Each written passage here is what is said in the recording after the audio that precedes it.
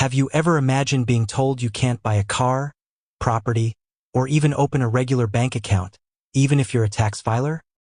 Well, that's exactly the kind of storm Pakistan's Budget 2025 to 26 has stirred up. A wave of confusion has spread across the country, from drawing rooms to boardrooms to chai dabas. People are asking one simple but serious question. Am I still eligible to make financial transactions in Pakistan? You see, for years, the focus has been on non-filers, those who didn't submit their income tax returns.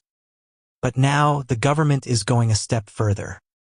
Even regular tax filers might be blocked from high-value transactions like buying property or a vehicle. That's right. Just filing your return may no longer be enough. This new rule comes from the Finance Bill 2025, which introduces a stricter definition of who qualifies as an eligible person.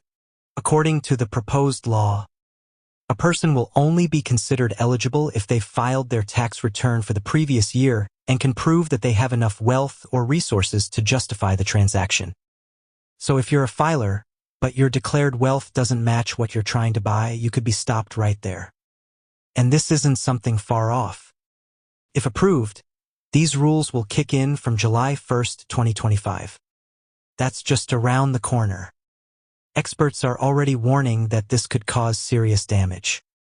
One senior tax consultant pointed out that this could make millions of filers effectively ineligible overnight. Imagine you filed your return but didn't include every last detail of your wealth. Now you might be banned from buying a home or car, just like a non-filer. Former FBR official Rahmatullah Khan Wazir didn't hold back. He said this move could freeze Pakistan's economy. People might just stop spending or worse, start moving their money abroad. Dubai real estate, underground money transfers like Hawala and Hundi, or even smuggling could see a rise. Because when legal transactions become too difficult, people look for illegal shortcuts.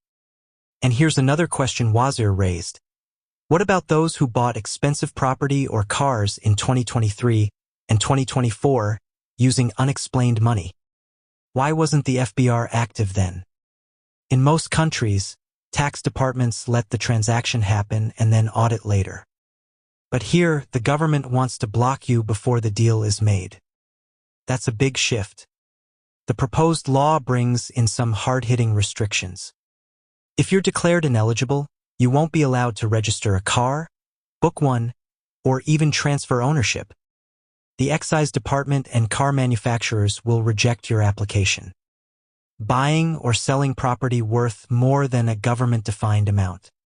Blocked. Investing in mutual funds or debt securities. Not allowed. Even opening or maintaining a regular bank account could be denied, unless it's a very basic one like an Asan account or for pensioners.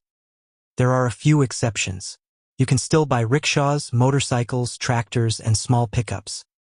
Some trucks and buses may be allowed depending on FBR's future rules. Investments under a certain limit will also be allowed, and companies or non-residents may have different treatment. But for the average Pakistani, this law could be a game changer or a nightmare. Imagine you've saved up to buy your first car or apartment, and now you're told, sorry, you're not eligible. Not because you didn't pay taxes, but because the FBR thinks your wealth isn't documented enough. It's a level of financial gatekeeping we haven't seen before. Supporters of the move say it will increase accountability and bring more transparency to financial transactions. But critics argue it could drive people away from the formal economy, reduce trust in the system, and hurt industries like real estate and auto manufacturing. So as July 1st approaches, one thing is crystal clear. The word eligible is no longer a boring piece of tax language. It's now the key to whether or not you can take part in Pakistan's economy.